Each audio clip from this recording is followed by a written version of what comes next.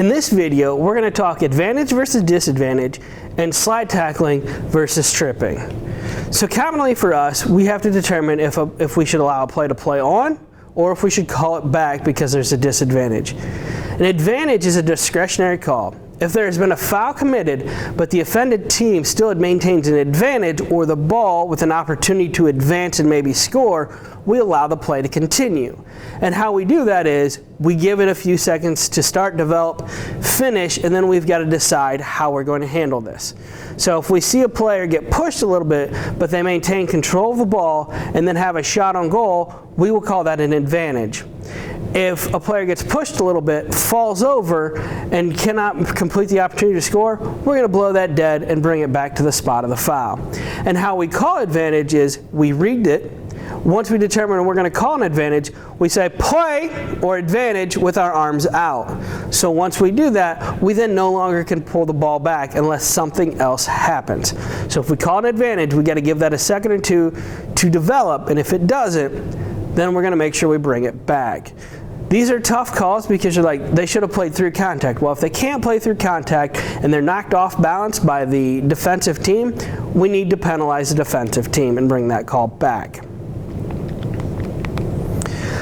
We do not allow slide tackling whatsoever in intramural sports here at UNCW. If a player slides from the front or the side but does not make contact with the opponent, we give them an automatic yellow card. We kill the play with no questions asked and give them a yellow card. If a player slides from the front and makes contact with the opponent, this is an automatic red card. If a player slides from behind, regardless of contact, is an automatic red card. And the goalkeeper has these same restrictions. The reason we have this rule in place is for the safety of our participants. Not everybody who plays intramural sports will have the ability to maybe not had the ability to play soccer, and if people are sliding, there's a greater chance of getting hurt. If a player slides twice without contact, this will be a red card. It'll be 2 yellows, which results in a red card. So we need to make sure we tell this in the captain's meeting. Any slide from the visual plane with or without contact will result in an automatic yellow. Any slide from behind or with contact is an automatic red. Now, where this comes into play is if there's a slide without contact, the offensive player plays through that slide and has an opportunity to score, opportunity to continue, we let that advantage happen. And once that advantage is no longer there and there's a law on the play or we can kill the play, we stop the play and give out the appropriate cards to make sure that we penalize the offended person. So we need to make sure we keep track of these. If somebody slides and gets ejected, you need to notify a supervisor and they will be escorted out of our facility. So we need to make sure that we have that done. If the goalkeeper does this and it's not around people, we're going to give them a little bit of a break. But if they do it in the vicinity of somebody or where there's a chance that there could be contact, we're going to give them a card. The best thing you can do is if somebody slides, that we need to make sure we talk to them if nobody's around. If there's somebody around, we're going to tell them, or if there's somebody around, we got to card them. If nobody around, we're going to talk to them and tell them to keep their feet. What you also got to realize is when it gets slippery out there and people are playing in tennis shoes, to differentiate between a slide and a slip. If they slip, there's no penalty. If they slide, there is a penalty. Slide tackling versus tripping. Slide tackling involves a player going intentionally to the ground, doesn't have to involve contact, and a card is automatically given. Tripping, the player does not go to the ground intentionally. It involves contact, and a card may or may not be given depending on the severity of the act. What you got to realize here is during a slide, somebody's going to the ground. During a trip, they may stick out their foot, or they may already be on the ground trying to trip a player up, and it has to involve contact.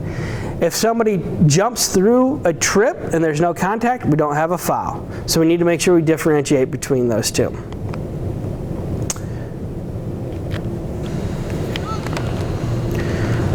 All right, so let's watch a few plays here. Let's watch this play.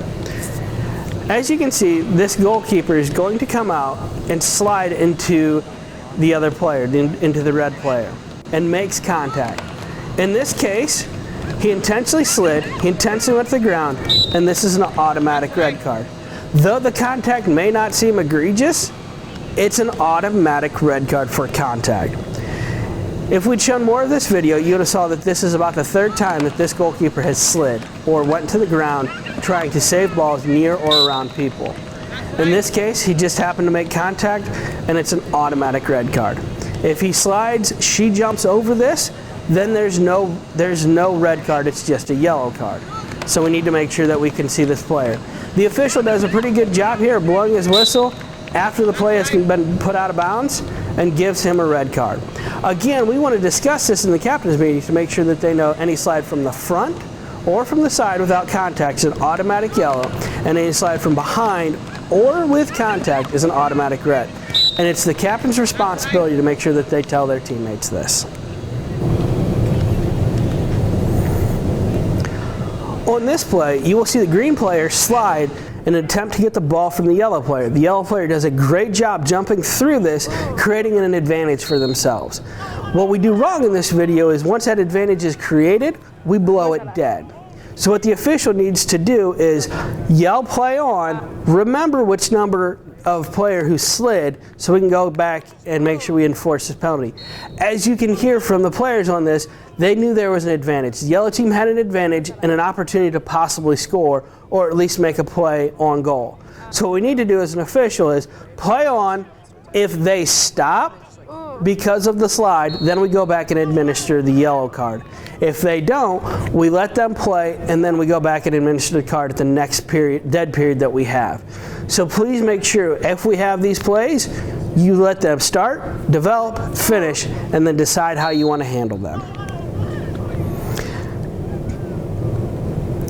This next play, you will see a clear goal scoring opportunity by yellow. So this is twofold. There's contact and it's from behind.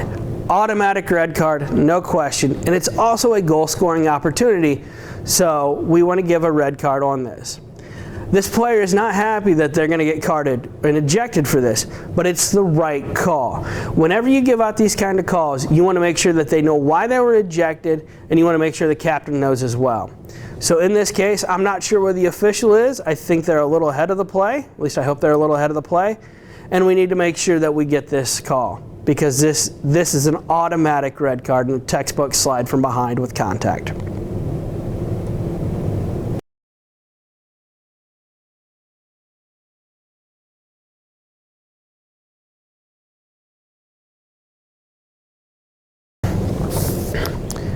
This is a much tougher play to officiate, because what you have here is a loose ball or a ball that's rolling between two players as two players go to the ground to try to slide kick the ball.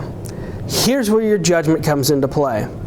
What you need to determine here is if both players slid and they both make contact, they're both going to get a red card. If they both slid or slipped and tried to avoid contact, maybe we don't have a card here. In this case, I think we have a card by both players because they both go to the ground and they both make contact. You also hear that the green player is frustrated that he thinks the yellow player slid. And in fact, they both slid. So we need to make sure that we go ahead and penalize both players, and we have a drop kick from this point forward.